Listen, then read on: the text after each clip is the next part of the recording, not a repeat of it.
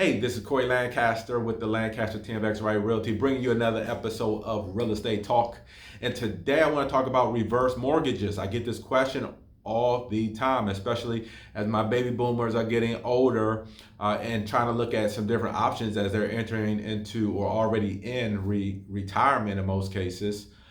There's some questions they ask. So let me hit you with the most common questions that I get asked. One is, how old do I have to be to get a reverse mortgage? Well, reverse mortgages are typically, in most cases, going to be FHA loans, and the minimum age you have to be is 62. Okay, 62 years of age in order to be able to qualify. They typically don't care about your credit score. They want to look at the equity in the house. The older you are, the more you can borrow against. Okay.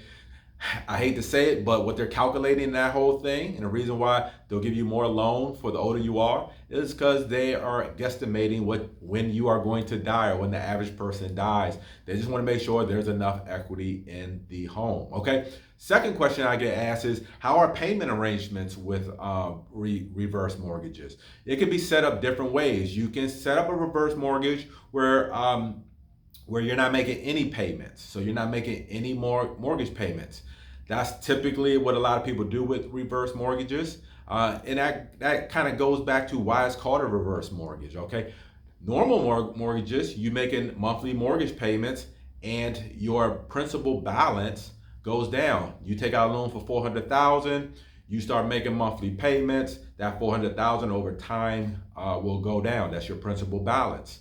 With a reverse mortgage, because you're not making any payments, they're adding the interest on top of the principal. So instead of your mortgage going down every month, it's going up every month. Okay, so that's not the only way it can be structured. You can structure a reverse mortgage where it's actually paying you out money every month. Okay, and or you can set up where you are making monthly payments. Okay, I'm not sure why you would do that and just not do a regular loan, but you might do that with a situation where maybe the monthly payment is less. Maybe you're only making a $500 payment, but you don't want all the interest to get added, which will slow up the reverse mortgage. The third thing, which is a misconception a lot of people get wrong, is they think that if you do a reverse mortgage, once you die, your house automatically goes back to the bank or goes to the bank. That is not true. That's probably the biggest misconception about reverse mortgages that people have. Okay, it's just a mortgage. You're not agreeing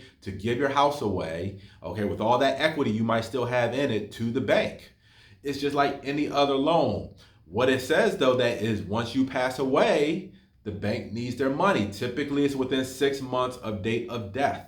So that means the heirs of your estate will need to either sell the home to pay back the reverse mortgage, or they'll need to refinance the home. Once again, that pays off the old mortgage, and your heirs will put in a new mortgage. Which leads me to number 4. You can walk away with money when selling a reverse mortgage, whether you have died or if your heirs have now the property.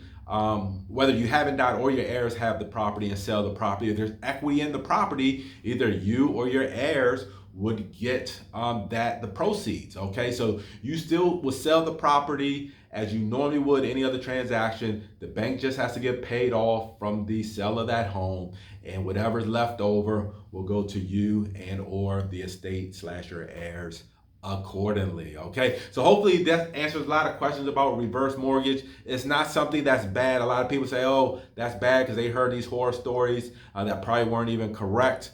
It's just about having the info. Okay, if you have questions about it, give me a call. Every loan is good for some and not good for others. It's just about knowing what's best for you. Give me a call if you like this information, want to find out more about reverse mortgages. I can certainly talk to you more about it and put you with the right professionals, lenders that can handle that for you. I can be reached at 240-988-3173. Have a good one.